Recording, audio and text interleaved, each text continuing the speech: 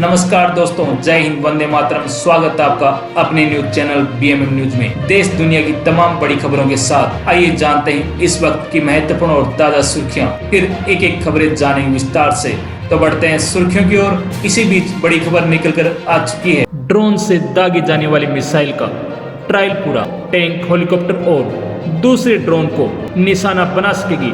DRDO ने स्वदेशी कंपनियों के साथ बनाया। भारत की defence research and development organisation DRDO ने ड्रोन से दागे जाने वाली मिसाइल का ट्रायल पूरा कर लिया है। इस मिसाइल का नाम ULPGM-V3 है। यह हवा से हवा और हवा से जमीन दोनों तरह के टारगेट पर सटीक हमला कर सकती है। हवा में दुश्मन के हेलीकॉप्टर, ड्रोन और दूसरे हवाई टारगेट को मार गिरा सकती है। वहीं जमीन पर टैंक, सैन्य वाहन और बंकर को निशाना बना सकती है। रक्षा मंत्रालय के मुताबिक मिसाइल का परीक्षण आंध्र प्रदेश के कुर्नूल स्थित डीआरडीओ टेस्ट रेंज में किया गया। इसमें इंटीग्रेटेड ग्राउंड कंट्रोल सिस्टम का इस्तेमाल किया गया, जो लॉन्च और कमांड सिस्टम को कंट्रोल करता है। रक्षा मंत्री राजनाथ सिंह ने कहा, यह मिसाइल को बनाने में मिली सफलता रक्षा क्षेत्र में आत्मनिर्भरता की दिशा में अहम कदम है। ULPGM-V3 एक स्मार्ट प्रिसीजन गाइडेड मिसाइल है। इसमें सीक्रेट तकनीक लगी है, जिससे यह टारगेट को पहचान कर लॉक करती है और फिर सटीक हमला करती है। चलते हुए लक्ष्य को भी ट्रैक कर सकती है। रक्षा मंत्रालय के मुताबिक इसे एंटी टैंक रोल के लिए भी तैयार किया गया है। साथ ही यह ड्रोन, हेलीकॉप्टर और दूसरे हवाई लक्ष्यों के खिलाफ भी इस्तेमाल की जा सकती है।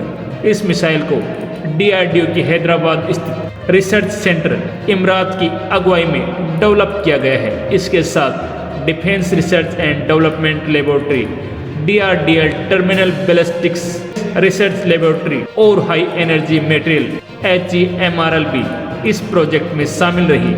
प्रोडक्शन के लिए डीआरडीओ ने भारत डायनेमिक्स लिमिटेड, BDL और Adani defence system and technology के साथ साझेदारी की है। ट्रायल में से बेंगलुरु की new space research and technologies के बनाए UAV के साथ टेस्ट किया गया। रक्षा मंत्रालय ने कहा कि ट्रायल के बाद साफ है कि इसकी घरेलू सप्लाई चेन बड़े पैमाने पर उत्पादन के लिए तैयार है। बड़ी संख्या में भारतीय MSME कंपनियां भी इस प्रोजेक्ट का हिस्सा रही हैं। ऑपरेशन सिंदूर, रूस, यूक्रेन और अमेरिका, इजराइल, ईरान जंग के बाद भारत ने एक ड्रोन फोर्स बनाने का फैसला किया है। ये फोर्स किसी भी सैन्य कार्रवाई में। चलिए बढ़ते हैं अगली बड़ी खबर की ओर। अमेरिकी संसद में ईरान जंग रोकने वाला प्रस्ताव पास। ट्रंप के 4 सांसदों ने उनके खिलाफ वोटिंग की। राष्ट्रपति के पास वीटो का अधिकार बाकी। अमेरिकी संसद में राष्ट्रपति डोनाल्ड ट्रंप की सैन्य शक्तियों को सीमित करने वाला प्रस्ताव पास हो गया है। बैटिंग में 4 रिपब्लिकन सांसदों ने भी विपक्षी पार्टी डेमोक्रेट्स का साथ दिया। हालांकि 3 रिपब्लिकन सांसद बैटिंग में शामिल नहीं हुए। ये प्रस्ताव 50-47 से पास हुआ। हालांकि इसे कानून बनने के लिए अभी कुछ और चरणों से गुजरना होगा। अगर ये प्रस्ताव कानून बनता है तो ट्रंप सरकार को ईरान के खिलाफ युद्ध जारी रखने के लिए कांग्रेस की मंजूरी लेनी होगी। अभी सीनेट में इस पर अंतिम वोटिंग होनी बाकी है। इसके बाद इसे रिपब्लिकन बहुमत वाली हाउस ऑफ रिप्रेजेंटेटिव्स से मंजूरी लेनी होगी। हालांकि उसके बाद भी ट्रंप इसके खिलाफ वीटो कर सकते हैं। फिर उस वीटो को रद्द करने के लिए सीनेट और हाउस दोनों में 2/3 बहुमत होना चाहिए, जो फिलहाल मुश्किल माना जा रहा है। ये वोट विपक्ष की बड़ी जीत माना जा रहा है, जो कह रहे थे कि अमेरिका में युद्ध शुरू करने या सेना भेजने का अधिकार राष्ट्रपति नहीं बल्कि संसद के पास होना चाहिए। अमेरिकी संविधान में भी यही व्यवस्था दी गई है। इस प्रस्ताव को वर्जीनिया के डेमोक्रेट सीनेटर टिम केन लेकर आए हैं। बहस के दौरान उन्होंने कहा कि अभी जब युद्ध विराम की बात हो रही है, तब ट्रंप को संसद के सामने आकर अपनी रणनीति बतानी चाहिए। डेमोक्रेट सीनेटर टिम केन ने कहा कि युद्ध शुरू करने का अधिकार संसद के पास है, सिर्फ राष्ट्रपति के पास नहीं। वहीं व्हाइट हाउस का कहना है कि ट्रंप ने अमेरिकी सुरक्षा के लिए अपने अधिकारों के तहत कार्रवाई की है। अमेरिकी कानून के मुताबिक कोई भी राष्ट्रपति बिना संसद की मंजूरी के सिर्फ 60 दिन तक सैन्य कार्रवाई चला सकता है। इसके बाद या तो युद्ध खत्म करना होता है, कांग्रेस से अनुमति लेनी होती है, या फिर सेना की सुरक्षित वापसी के लिए 30 दिन की अतिरिक्त मोहलत मांगनी होती है। ट्रंप ने ईरान पर बड़ा हमला टाला। ट्रंप ने कहा कि अमेरिका ईरान पर बड़ा हमला करने वाला है, लेकिन फिलहाल उसे रोक दिया गया है। उन्होंने कहा कि कतर, सऊदी अरब और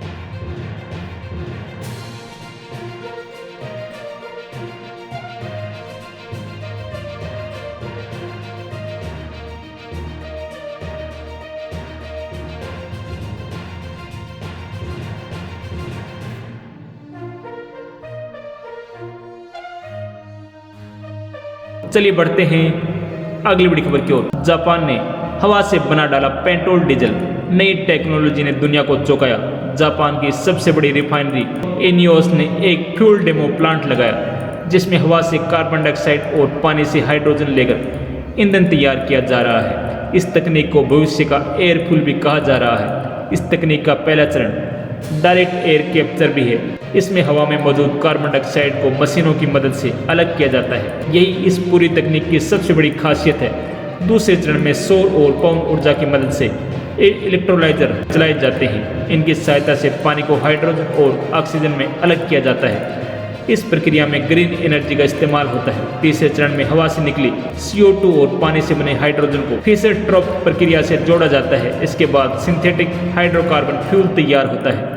ये ईंधन बिल्कुल पारंपरिक पेट्रोल और डीजल जैसा ही काम करता है। रिपोर्ट के मुताबिक इनियोस रोज करीब 160 लीटर पानी यानी 1 बैरल सिंथेटिक ईंधन तैयार कर रहा है। इस फ्यूल को टोयोटा और हिनो मोटर्स जैसी कंपनियों की गाड़ियों में टेस्ट भी किया जा चुका है। अगर ये तकनीक बड़े स्तर पर सफल हो जाती है तो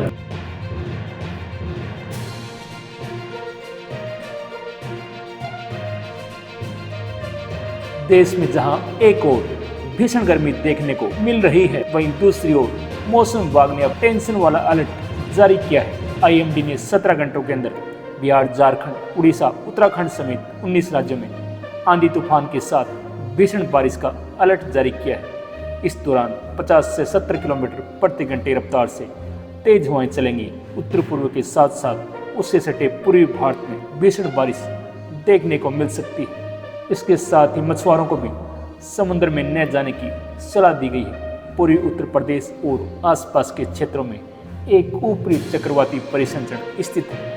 इस चक्रवाती परिसंचरण से मणिपुर तक निचले 100 मंडलीय स्तरों में एक गर्त फैली हुई है। वहीं एक अन्य गर्त ऊपरी प्रदेश लक्षद्वीप क्षेत्र तक निचले 100 मंडलीय स्तरों में फैली हुई है। जिन 19 राज्यों में बारिश होने की संभावना है उनमें उत्तराखंड, मेघालय, अरुणाचल प्रदेश, नागालैंड, बिहार, झारखंड, उड़ीसा, पश्चिम बंगाल, केरल, कर्नाटक, तेलंगाना, सिक्किम, आंध्र प्रदेश शामिल है। इस दौरान इन राज्यों में आंधी तूफान का भी अलर्ट है। वहीं बारिश के चलते कई जगहों पर तापमान में हल्की कमी आ सकती है।